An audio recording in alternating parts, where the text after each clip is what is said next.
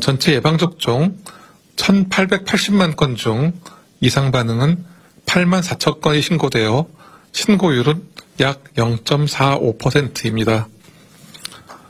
신고 사례 중 95.1%는 근육통, 두통 등 일반 이상 반응 사례였으며 나머지 4.9%는 사망 또는 아나필락시스 의심 등 중대한 이상 반응 사례였습니다. 이상 반응으로 신고된 사망자는 335명이며 아스트라제네카 142명, 화이자 192명, 얀센 1명, 그리고 모더나는 없었습니다. 지난주 6월 20일부터 26일까지 기간입니다. 예방접종 후 이상 반응 신고율은 0.1%로 그 이전 주에 비해서 그 이전 주가 0.4%에 비해 이전 주가 0.46%였는데 이에 비해서는 많이 감소하였습니다. 안전한 코로나19 예방접종을 위해 이상 반응 대응 방법을 다시 한번 말씀드리겠습니다. 모든 접종 완료자분들은 예방접종 후 15분에서 30분간은 접종기관에 머무시면서 이상 반응 발생 여부를 관찰하시고 또한 귀가 후에도 적어도 3시간 이상은 주의 깊게 관찰하셔야 됩니다. 또한 그 접종 후에 최소한 3일 정도의 기간은 특별한 관심을 가지시고 관찰해야 하고 또 고열이 있거나 좀 평소와 좀 다른 신체적 증상이 나타나면 바로 의사의 진료를 받으셔야 합니다.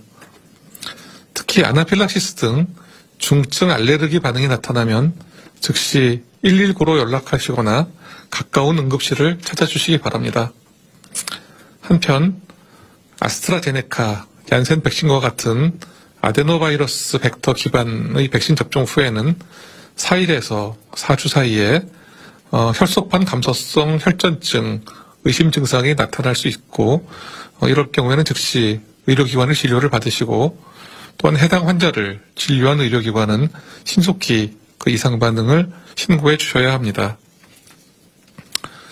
혈소판 감소성 혈전증 의심 증상으로 그 접종 후 4일 이내 호흡곤란, 흉통, 그리고 지속적인 복부 통증 등과 같은 증상이 나타날 수 있고 또 다리 붓기와 같은 그런 증상도 나타날 수 있습니다.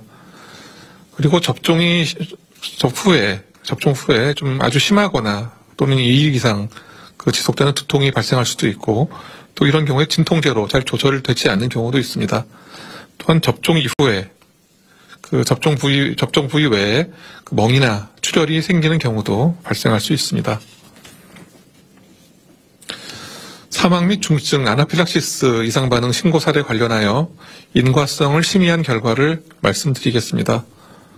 현재까지 총 19회에 걸쳐서 예방접종 피해조사반 회의가 진행되었습니다. 현재까지 사망 및 중증 사례 563건, 아나필락시스 의심 사례 274건을 심의하였습니다.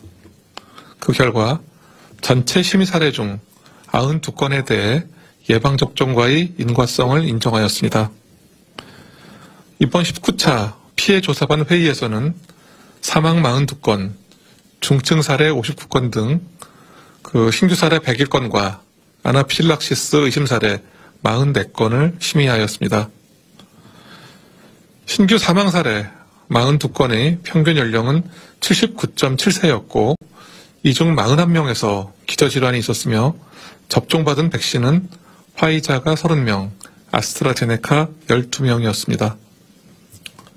종합적으로 검토한 결과 그 사례 41건은 예방접종과 그 사망과의 인과성을 좀 인정하기 어려운 것으로 평가하였으며 추정 사인의 상당수를 차지한 급성 심장사, 급성 심근경색, 폐혈증 등은 백신 접종보다는 그 기저질환 또 고령에 의해 유발되었을 가능성이 높아서 인과성을 인정하지 않았습니다. 한편 보류된 한 건은 최종 부검 소견 확인과 같은 그 추가 자료 보완을 통해서 재논의하기로 결정하였습니다.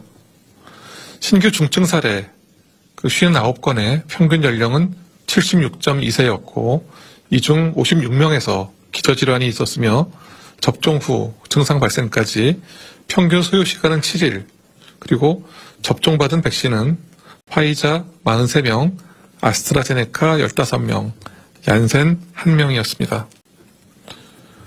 중증 사례 56건의 추정 진단명에 대해 기저질환의 영향과 백신 접종의 영향을 종합적으로 검토한 결과 56건은 코로나19 백신 접종과 해당 질환과의 인과성이 인정되기 어려운 것으로 그렇게 평가하였고, 보류된 사례 3건은 의무 기록 등 그 추가 자료를 보완하여 재논의하기로 결정하였습니다.